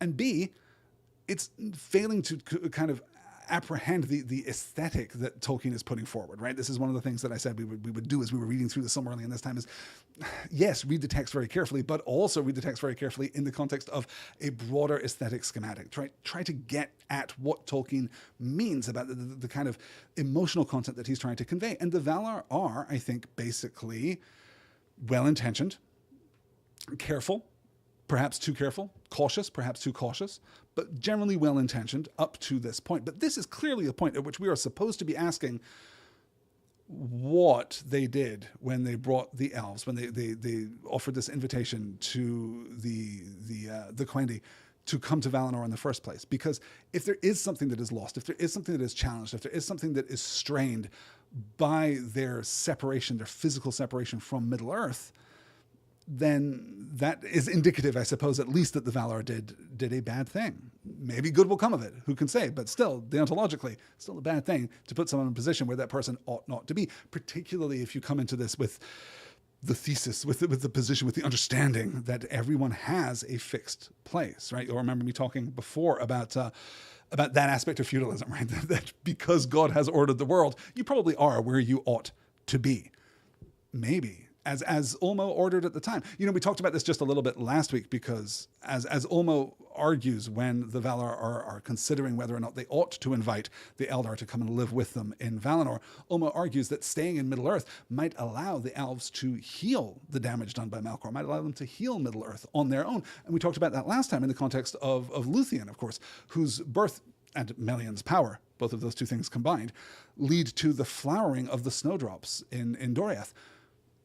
And maybe that's an example of it. Maybe that is proof that, you know, the reason that Middle-earth is so dangerous under darkness now, even though it's been dark for thousands of years, is because the elves aren't there as they were supposed to be. Maybe there's a different kind of marring that has happened. And maybe it's possible. Your mileage may vary on this, and I would love to hear any thoughts that you guys might have on this. You can email me as ever at starsandswordspod@gmail.com or use the little handy-dandy contact form over on the website. Maybe this is the Valar demonstrating a kind of susceptibility to the lies of Melkor to Feanor and the Noldor, right? Maybe the great constantly fall under some of the same kind of paranoia, these same patterns of fear, right? Of fearing danger, of fearing betrayal, of fearing loss, of fearing grief, and then reacting badly to that and seeking too much security, seeking an overabundance of security, and not perhaps trusting in the natural order of things, not trusting in that eucatastrophic impulse that will ultimately heal the world. Let me see if I've got anything here. I wanted to call out there, being unwilling to make war upon him in Middle-earth, they remembered nonetheless the ruin of Almaran. We haven't mentioned Almaran in quite a while. Almaran is the first city of the Valar that they construct on the island in the middle of the Great Lake, right in the geographic center of Middle-earth before Middle-earth is desymmetricalized. Desymmetrized? Unsymmetrized. Desymmetrized. I'm going to go with desymmetrized there. And now if I could change the title of this week's session, I would, because desymmetrized may not be accurate, but it is at least fun. And you know what? That's a thing we go for here on Stars and Swords. And of course, yes, the Mariner of Song. Let's move into chapter 12 here, because I'm very eager to get to the next reference to the Mariner of Song. I'm very eager to get to really any reference to a mariner who tarried in Avernian. Chapter 12 of Men is going to give us an introduction here to an entirely new dating schema here, a new temporal schematic for Middle-earth. But luckily, it's A, the last temporal schematic we're going to have to be introduced to, and B, it's way easier to follow than the one that went before. The Valar sat now behind their mountains at peace. Having given light to Middle-earth, they left it for long untended, and the lordship of Morgoth was uncontested save by the valor of the Noldor. Most in mind Ulmo kept the exiles, who gathered news of the earth all through the waters. From this time forth were reckoned the years of the sun. Swifter and briefer are they than the long years of the trees in Valinor. In that time the air of Middle-earth became heavy with the breath of growth and mortality, and the changing and aging of all things was hastened exceedingly. Life teemed upon the soil and in the waters in the second spring of Arda, and the Eldar increased, and beneath the new sun Beleriand grew green and fair. I mentioned back at the beginning of tonight's session how much the passage of time is going to decelerate now, how close to the ground this narrative is going to become compared to where we have been previously. We are really going to to focus in on specific characters, on specific actions, on specific storylines through the rest of the Quenta. And that is facilitated, necessitated, we might argue, by this transition in temporal schematic, by the movement from the years of the trees, 9.582 solar years here, as measured by the waxing and the waning of Telperion and Laurelin, here to very simple years. These are solar years. These are our solar years. Even though the sun, as we now know it in Arda, is passing across this the plane of this flat Earth and then hurrying beneath as the moon wanders hither and yon, they're still, the years as we count them are the same as our years. So what I want to do, just to kind of lay this out, is to take a look at a revised timeline of the First Age, brackets and beyond, counted only in solar years, right? Years of the sun. We're not dealing with years of the trees. We're not doing any math. These are our years as we understand them. And you'll see right down there in that last black line before we get to the speculative gray lines that belong to the future, 1YS, the sun rises on Arda. This is the first year of the trees. So we can move up this list to look at the passage of time in a way that's more intuitively accessible to us in the realm of our experience, right? So 38 BYS, 38 years before the years of the sun, the Oath of Feanor and the flight of the Noldor, that's 38 years ago. Things are still taking a long time to happen here, right? 48 years before the sun rises, we get the destruction of Telperion and Laurelin by Melkor and Ungoliant. 479 years, we get the creation of the Silmarils. 958 years before the rise of the sun, we get the release of Melkor. And then a big jump, 3,171 years before the sun rises on Arda, Feanor is born. 3,000 years before the present is the birth of Feanor. 500 years before that, 400 years before that, the Vanyar and the Noldor arrive in Valinor, the first of the Quendi to make it to the Blessed Isle.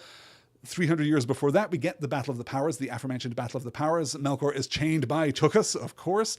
4,311 years ago, we get the Awakening of the Elves at Cuivanen. So all of Elven history is 4.3 millennia, right? 4,300 years, more or less, as we understand it, which of course takes us back to, oh, you'll have to forgive me, my ancient Egyptian history is not what it should be. Is that like the Middle Kingdom in ancient Egypt? But certainly like 2000 BCE, roughly, right? That is the entire history of elves at this point in the history of Arda. But that's not the fullest extent of the history of the Valar, of course, because the Valar, as we can see here, were around for 10,000 solar years between the creation of Telperion and Laurelin and the awakening of the elves at Cuivanen. The trees shone in Valinor for 10,000 years before the elves woke up. And then for 15,000 years before that, we go back to the creation of the lamps. So we're, in effect, 30,000 years into the history of the Valar upon Arda. We are, in effect, 4 and a bit thousand years into the history of elves upon Arda. We're 3,000 years into the history of Feanor upon Arda. And we're, 500 years into the history of the Silmarils upon Arda. That brings us all the way up to 1YS, the sun rises on Arda. All of this BYS. It just reminds me of the Star Wars expanded universe, which I read a lot of back in the days. And because no one wanted to really create an authentic and comprehensive calendar for Star Wars, we were still using BBY. We were still using before the Battle of Yavin and ABY after the Battle of Yavin. And dates in the Star Wars universe were absolutely incomprehensible, to my mind, at least. I'm sure there were some people out there who totally got it and totally loved it. But wow, I don't know if the expanded universe is still doing that. I don't know if we've shaken that out at all. I'm kind of behind on my expanded universe for, obvious reasons, because who knows when the expanded universe of Star Wars will be taken away from us again and replaced with an entirely new expanded universe that can be sold to us over and again. I do want to talk a little bit about the future here, though, right? We're in 1YS now.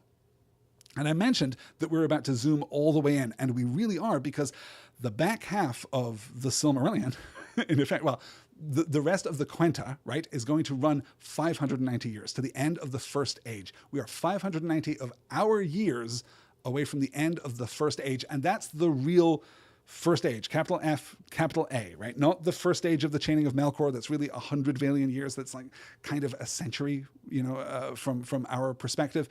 Sorry, not a century from our perspective. 100 Valian years is 1,000 years from our perspective. Yes. You can see here the gap between 3842 before the years of the sun.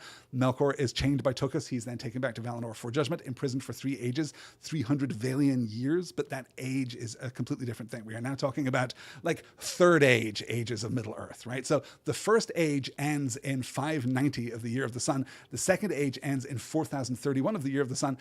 And the end of the third age and the end of the War of the Ring is in 7052 in the year of the sun. Now, of course, we count those separately. We start over the second age with 1 SA, 1 of the second age, and 1 TA, 1 of the third age when we get to that point too. But you can see that even from this schematic, we're much closer to the end of Middle-earth than we are to the beginning of it, right? We're much closer to the end of this story in all of its grandeur and expanse. We're lost. Galadriel is asking, so the first age, the whole time from the creation up to now? No, the first age is technically from the creation of the trees to now. Before then, we have the days before days. I included the creation of the years of the land. Let me be clear. The first age runs from the years, the creation of the trees, the creation of Topirion and Laurelin, to the defeat of Morgoth. And we're going to get to that in the passage of the Quenta Silmarillion. That is the end of the first age, is the defeat of Morgoth, right? Prior to that are the days before days. That includes all of the time of the lamps and all the time before the lamps. And we don't really know how long that is. I've seen some sources claim, drawing on material from the history of Middle-earth, some sources claim it's 30,000 years. Some sources claim it's 50,000 years. I don't know that you can meaningfully create a number that you can put there, right? I don't know how many years there are before the creation of Ilúin and Ormal in Arda. I don't think that there is an absolutely defensible number out there. So you can really kind of move that around. I chose the creation of the lamps here as the first concrete date that we pretty much know for sure. Yeah. So yes. So we're running from 14,000 through to 14,000 before the years of the trees through to 590, the end of the first age. And then it's about 3,000 years for the second age, about 3,000 years for the third age too. Okay, what have we got? 3 slides, 4 slides, 3 slides left to go. I suppose, given all that we've covered today, we may as well introduce men. At the first rising of the sun, the younger children of Ilúvatar awoke in the land of Hildorian and the eastward regions of Middle-earth. But the first sun arose in the west, and the opening eyes of men were turned toward it, and their feet as they wandered over the earth for the most part strayed that way. The Atani, they were named by the Eldar, the second people. But they called them also Hildor, the followers, and many other names. Apananar, the afterborn, Engwar, the sickly, Firimar, the mortals, and they named them the usurpers, the strangers, and the inscrutable, the self-cursed, the heavy-handed, the night-fearers, the children of the sun. Of man little is told in these tales, which concern the eldest days before the waxing of mortals and the waning of the elves, save of those fathers of men, the Atanatari, who in the first years of the sun and moon wandered into the north of the world. To Hildorian there came no Vala to guide man, or to summon them to dwell in Valinor, and men have feared the Valar rather than loved them, and have not understood the purposes of the powers, being at variance with them, and at strife with the world. Ulmo nonetheless took thought for them, aiding the counsel and will of Manwë, and his messages came often to them by stream and flood, but they have not skill in such matters, and still less had they in those days before they had mingled with the elves. Therefore they loved the waters, and their hearts were stirred, but they understood not the messages. Yet it is told that ere long they met dark elves in many places, and were befriended by them, and men became the companions and disciples in their childhood of those ancient folk, wanderers of the elven race, who never set out upon the paths to Valinor, and knew of the Valar only as a rumor and a distant name. Well, I mentioned earlier Elven propaganda, Feanorian propaganda, Noldorian propaganda, but we're certainly getting a perspective here on the man, aren't we? This is a great rhetorical rhythm that Tolkien builds through this passage. At the first rising of the sun, the younger children of Ilúvatar, right? Capital Y, capital C, the younger children of Ilúvatar awoke in the lands of Hildorian and the eastward regions of Middle-earth. Hildorian, of the land of the followers, that's what that means. Followers here, neutral, tending toward, contemptuous, I suppose. The followers, those who came after, the second arrivals, the latecomers to Middle-earth. And then we get the cascade of their names. The Atani, they were named by the Eldar, the second people, right? Atani, literally second people. Absolutely factually correct, not even that judgmental. I think that that's a pretty neutral way of referring to them. But they also call them the Hildor, the followers, okay? The followers, as I say, like still pretty neutral, technically correct, but maybe a little dismissive. Many other names.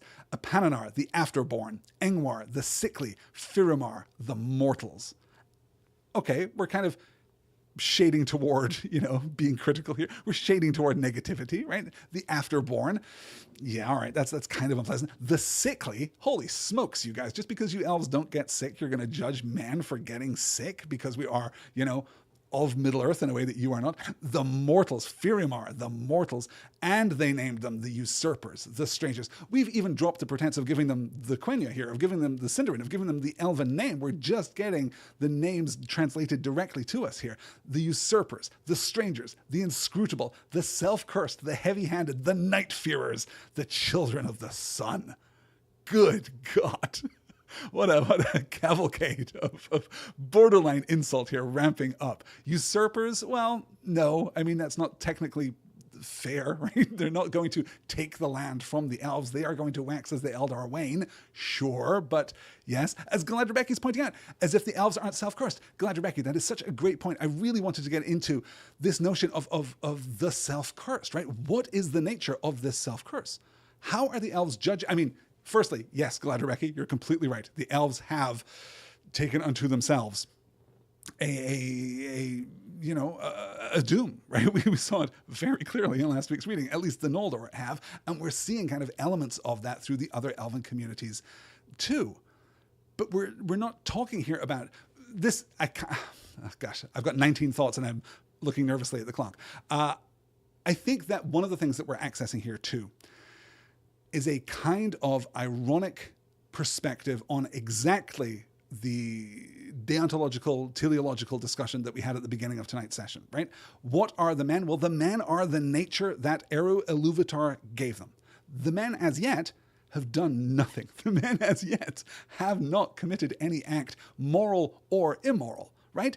Are they the younger children of Ilúvatar? Are they the second people? Are they the followers? Are they the afterborn? Are they sickly? Are they mortals? Yes, all of those completely correct. Yes. Are they the usurpers? Well, usurpers implies a kind of agency. It implies a kind of active choice, right? We know from the schematic presented to us in the music, we know from like the sense of kind of Valian historicity that we know that the elves are going to wane and the men are going to wax, that eventually we will pass into the dominion of man. You'll remember that was basically the end of the song, right? We imply the existence of a dominion of man, but the song ends before we see what it's really going to look like. The inscrutable. Well, come on now. If you're going to tell me that no elves are going to go out to get to know these men, or certainly no elves who have written this book are going to go out and meet the men and get to know them, then of course they're going to be inscrutable. They're self-cursed, the heavy-handed, the night-fearers, the children of the sun. Yes, this is loaded for sure. And again, we are seeing the influence of Melkor. We're seeing the lies of Melkor that have taken root in the heart of the Noldor. We're seeing this harvest of lies that we were referred to before. Yeah, this is true. Galadriel says they may have done some act of evil. They're later mentioned to have had their own fall, but there's no detail about that in Tolkien's work. Yes, Tolkien here leaves space for a conceptual original sin that allows compatibility with his real-life theological beliefs, with real-life Catholic Christian doctrine. He wanted to leave space for that so that the metaphorical, well, no, not metaphorical, that's not right? The subcreative theological framework that he presents for us in the Legendarium can be compatible with our understanding of real theology and the real fate of man in the real world. But you're absolutely right. He not only didn't write that story, but didn't want to write that story. He didn't want to write about the fall of man. But it's difficult in the absence of that story to really, well, you know what, we're going to have so much opportunity to talk about men and their shortcomings because, someday soon we're going to be talking about Numenor. We're going to be talking about, Ar-Pharazôn. We're going to be talking about the greatest crimes committed in all of Middle-earth outside of Melkor and Sauron. And we're going to be rooting those very strictly, I think, in the hearts of men. So it's not to say that the elves are here completely unjustified. It's to say that the elves are perhaps jumping the gun a little bit, though again we have to question when exactly this document was written and by whom. What's so interesting here is that the narrative is very much situating the elves as the favored friends, companions, peers, not peers is too much, but friends and companions certainly of the Valar, right? The men do not connect with the Valar. No Valar is sent to counsel them, to guide them, or to summon them to dwell in Valinor, and men have thus feared the Valar rather than loved them. But Ulmo, nonetheless, he's sending them like messages and goodwill. At the urging, the counsel and the will of Manwë, he is sending them messages, but men don't understand them, because they're kind of insensible. They are, heavy-handed night-fearers. They don't really connect with the world in the way that the elves do, but it's enough that their hearts are stirred. They love the waters. We're seeing something that's similar too, that's an echo of what we found when the elves first reached the shores, right? And first heard the real song of Ulmo and loved the seas in their hearts as their terror of the oceans is removed from them. Yeah. Matt says in the chat here, for Tolkien, it's as if men are just ontologically less from the beginning and thus don't need a fall. Oh, that's so interesting. Yes, in the sense that they are, well, see, it's complicated, right? Because it's less than elves, yes, in some ways, by some metrics, absolutely. And it's very easy if you are a contemporary fantasy reader, right? If you are a D&D player, it's very easy to look at the player's handbook for Tolkien's world and say, hey, you know what? Why would anyone be a man in this world? You don't get the stats, you don't get the perks, you don't get the feats. None of this is good. The elves get all of this extra stuff, plus they're close to this pantheon of demigods who walk the surface of Arda when they feel like it. Yes, but let's remember that this is the great gift of Ilúvatar, that what men get is the intangible thing that the elves cannot explain, that the elves don't understand, that the Valar can't explain and don't understand. That's why the men are the strangers. It's because they don't belong here. Why they are the inscrutable. It's because, to some extent, they have a connection to the divine that transcends all other life in creation, even the elves, even the Valar, right? The men have a one-to-one connection. And this also, I mentioned back in our very first session looking at the Eärendil and how Tolkien manages to navigate this, does this beautiful little theological two-step so that he can get his theological cake and eat it too, right? He can have this pantheon that creates the world, that embodies this older kind of classical theological ideology that can echo back to real-life classical cultures. But he also gets this singular monotheistic culture, and he manages to distinguish the creation of elves and men from the creation of everything else so that we are still special, so that our unitary connection to God as he understands it remains inviolate. It remains absolutely sacred. It remains specific and unique even when compared to the elves, right? We have men have a closer connection to Ilúvatar than even the elves do. I wanted to call this out before we move right on. I remember there was one last thing I wanted to talk about here, and it is the Dark Elves. This is interesting because there's a slight ambiguity here. Dark Elves, of course, leads us to think Morroquendi, right? We're just thinking the Dark Elves are literally those elves who have never seen the light of Valinor, but then it's clarified for us, right? Wanderers of the elven race who never set out upon the path to Valinor and knew of the Valar only as a rumor and a distant name. These are not necessarily just, all Morroquendi. They are the Avari. They are the elves who never went. They are the refusers. The Avari are, of course, Morroquendi. They are a subset of Morroquendi, but they are not, all Avari are Morroquendi, but not all Morroquendi are Avari. Many of the, all but one, in fact, of the elves of Beleriand at this point in history are Morroquendi too. Again, I have another slide entitled simply, Meanwhile, Morgoth. Morgoth had then not long come back into Middle-earth, and his power went not far abroad, and was moreover checked by the sudden coming of great light. There was little peril in the lands and hills, and there new things devised long ages before in the thought of Yavanna, and sown as seed in the dark, came at last to their budding and their bloom. West, north, and south the children of men spread and wandered, and their joy was the joy of the morning before the dew is dry, when every leaf is green. But the dawn is brief, and the day full often belies its promise. And now the time drew on to the great wars of the powers of the north, when Noldor and Sindar and men strove against the hosts of Morgoth Bauglir and went down in ruin. To this end, the cunning lies of Morgoth that he sowed of old and sowed ever anew among his foes, and the curse that came of the slaying at Alqualonde, and the oath of Feanor were ever at work. Only a part is here told of the deeds of those days, and most is said of the Noldor, and the Silmarils, and the mortals that became entangled in their fate. In those days elves and man were of like stature and strength of body, but the elves had greater wisdom, and skill, and beauty, and those who had dwelt in Valinor, and looked upon the powers as much surpassed the dark elves in these things, as they in turn surpassed the people of mortal race.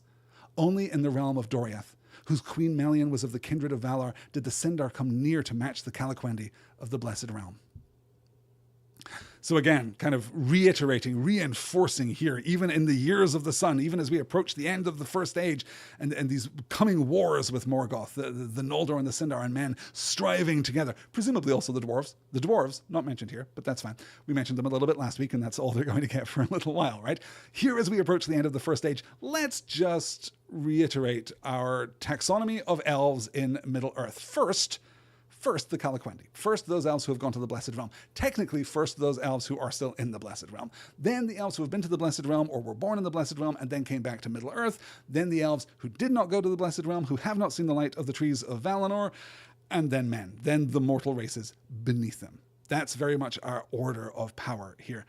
And you know, as we say, you know, Queen Melian, the kindred of the Valar, Melian and Thingol here in Doriath, almost as good as the Calaquendi. Almost as Thingol, of course, technically of the Calaquendi, but the elves of Doriath, the elves of Menegroth, almost as good as the Calaquendi. There's a real power differential there. What's interesting here, I think, as we see the world finally, you know, begin its blooming, begin its becoming, you know, awakening from the sleep of Yavanna put in place after the destruction of the lamps so very long ago, 15,000 years ago, whatever that was, right? Now the sleep of Yavanna has lifted, the sun is shining down its radiance, and the world is coming to life. The joy of the morning before the dew is dry when every leaf is green, right? The men are just spreading out joyously because the world is beautiful. And right now, Morgoth is forestalled in his depredations because of the coming of the light. He doesn't want to go forth. He doesn't want to face down the sun. He wants to hide and skulk in his darkness and shadow. So we see the men go forth, but now foreshadowing. The dawn is brief and the day full often belies its promise. The war is coming. Morgoth is still lying, and all of these pigeons that are out there are coming home to roost. The cunning lies of Morgoth that he sowed of old and sowed ever anew among his foes. That's one thing, right? The lies of Morgoth. The curse that came of the slaying at Alqualonde. That is the doom of Mandos. That is the doom of the Noldor that we discussed last week. And the oath of Feanor. These three terrible things. These three, you know, interestingly, of course, these three stories, these three words, these three myths that have been put forth, right? These three tales that have been taken as true have all gone forth, even though none of them is concrete. None of them is certain. None of them is fixed. I mean, we can talk about the doom of Mandos, of course. We can talk about the doom of the Noldor as levied by Theodocated Mandos standing on a rock in a big old cloak. In those days, elves and men were of like stature and strength of body. In those days, this is true, but the elves had greater wisdom and skill and beauty, and obviously those who had seen the light of the trees more so than anyone else. I did want to call out, was this on the last slide? I forget. Is it on the last slide or is it right here? No, I've lost it. Yes, okay. Anyway, we have covered Bauglir. We have covered the Constrainer, another name given to Morgoth. Immortal were the elves, and their wisdom waxed from age to age, and no sickness nor pestilence brought death to them. Their bodies indeed were the stuff of earth and could be destroyed, and in those days they were more like to the bodies of men, since they had not so long been inhabited by the fire of their spirit, which consumes them from within in the courses of time. But men were more frail, more easily slain by weapon or mischance, less easily healed, subject to sickness and many ills, and they grew old and died. What may befall the spirits after death, the elves know not. Some say that they too go to the halls of Mandos, and their place of waiting there is not that of the elves, and Mandos under Ilúvatar alone, save Manwë, knows whither they go after the time of recollection in those silent halls beside the Adra Sea. None have ever come back from the mansions of the dead, save only Beren, son of Badahir, whose hand had touched a Silmaril. But he never spoke afterward to mortal men. The fate of men after death, maybe, is not in the hands of the Valar, nor was all foretold in the music of the Ainur. In after days, when because of the triumph of Morgoth elves and men became estranged as he most wished, those of the elven race that lived still in Middle-earth waned and faded, and men usurped the sunlight. Then the Quendi wandered in the lonely places in the great lands and the isles, and took to the moonlight and the starlight and to woods and caves, becoming as shadows and memories, save those who ever and anon sailed into the west, and vanished from Middle-earth. But in the dawn of years, elves and men were allies, and held themselves akin, and there were some among men that learned the wisdom of the Eldar, and became great and valiant among the captains of the Noldor. And in the glory and beauty of the elves, and in their fate, full share had the offspring of elf and mortal, Eärendil and Elwing, and Elrond, their child. As I say, 2 chapters, back to back, foreshadowing the coming of Eärendil. He's pretty great, you guys. He's kind of cool.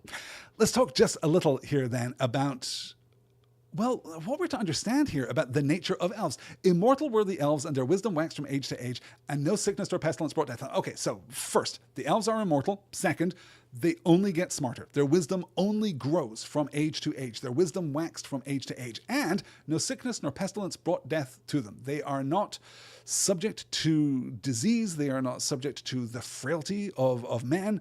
They are simply stronger, tougher, more, more fully complete and corporeal than men are. Their bodies indeed, though, were of the stuff of earth and could be destroyed, right? In those days, they were more like to the bodies of men, since they had not so long been inhabited by the fire of their spirit, which consumes them from within in the courses of time. So there's an inversion here. I think there's a kind of ironic inversion here, because we're talking about the greatness of the elves. The elves are immortal. Their wisdom only grows. They cannot be subject to disease. Their bodies were the stuff of earth and could be destroyed. And in those days, they were more like the bodies of man, right? Suggesting perhaps that as time goes on, they become even greater than man.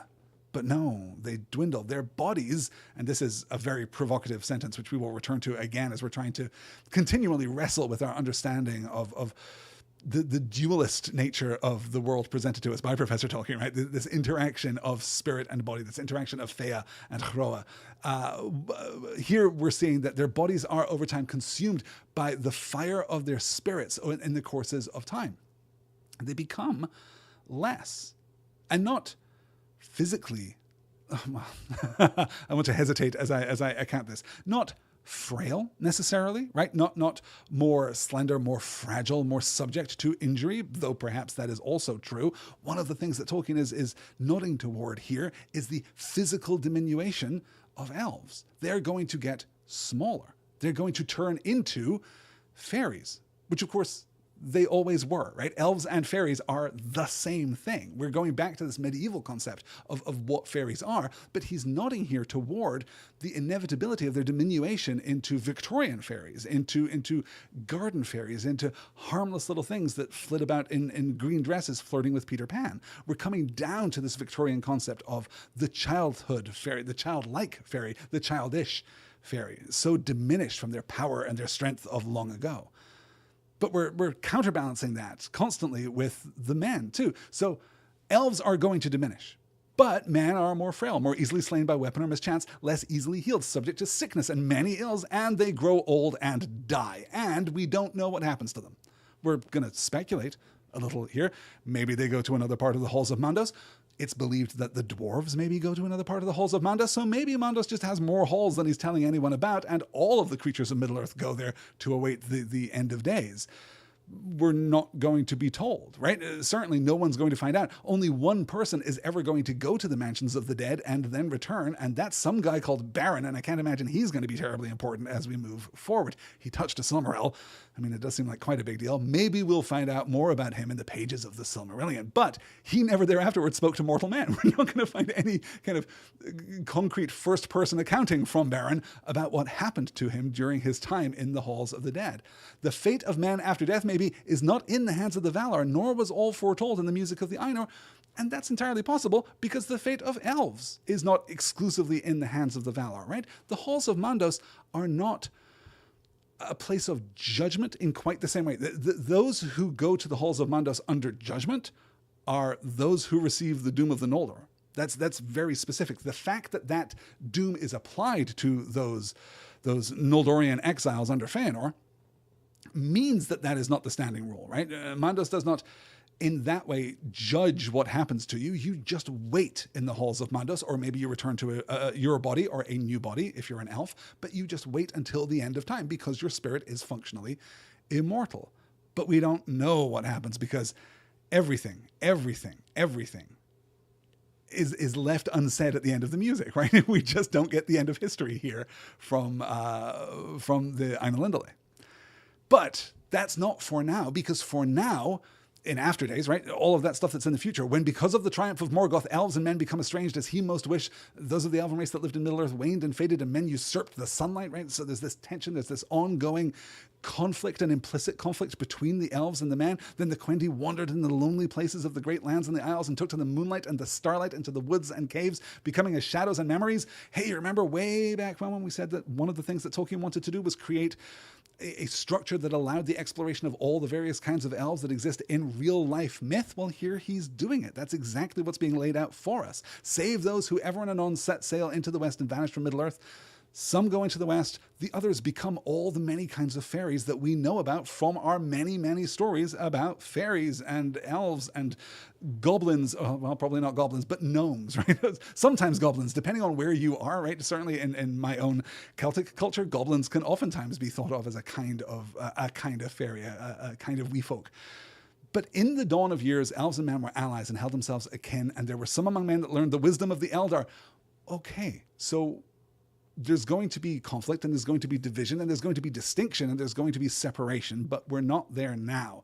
Some are going to become great and valiant among the captains of the Noldor, and in the glory and beauty of the elves, and in their fate full share had the offspring of elf and mortal. Oh my God, we're going to get the kids of elves and men together in unified marriage, presumably marriage. Presumably it's sanctified somehow. I can only think that we'll get no time at all spent on those kind of rituals, honestly. But, a properly appropriate sexual congress will yield offspring of elf and mortal, Eärendil and Elwing and Elrond their child. And if you are reading the Silmarillion back in the late 1970s, if you've cracked open this fresh new book and you're very excited to discover these stories, that is a name that is going to jump out at you more fully than any name that we've had thus far, right? You might recognize Eärendil, of course. If you're a close reader, if you're very passionate about The Lord of the Rings, if you care about that song, you're going to recognize that. But I think that Elrond is the first. Galadriel also, to some extent, right? But we're going to see a real punch here from the appearance of Elrond on the page. And that is going to do it for tonight here. I said I'd be out in 90 minutes, and we're at an hour and 3/4 already. So far too little time to spend among such fine folk.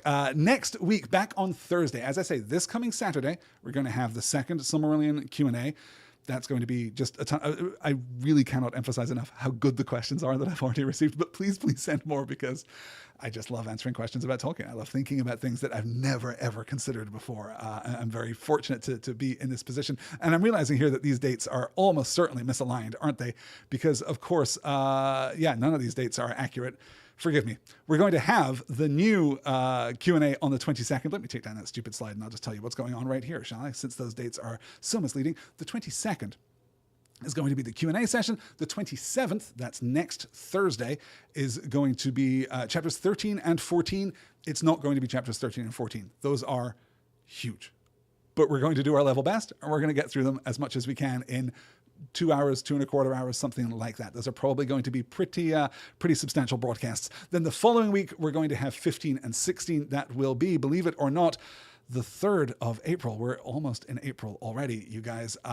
Again, that's the Noldor and Beleriand, and it's of Miglin, so those are also like pretty substantial stories. So we're going to cover 4 chapters in 2 weeks, except we're absolutely not. But we might cover 4 chapters in 3 weeks, and I think that's probably enough to be going on with. That is absolutely going to do it, though, for tonight's session. Thank you guys so much for joining me. Glad Rebecca and Glorfin David and Matt. Great to have you with us, Matt. I hope that you enjoyed your first time here in the live chat. If you, dear listener at home, dear podcast listener, would like to join us here on usually a Thursday night for these live sessions, then you can head on over to patreon.com/nextword. You can sign up to follow that page for free, and you'll get the little notification every week that says, hey, there's a live session coming up. Here's the link to it. You can come join in and hang out in the chat. You can also use that link, patreon.com/nextword, to submit a couple of dollars, to throw a couple of dollars into the wind so that I can continue to produce these podcasts.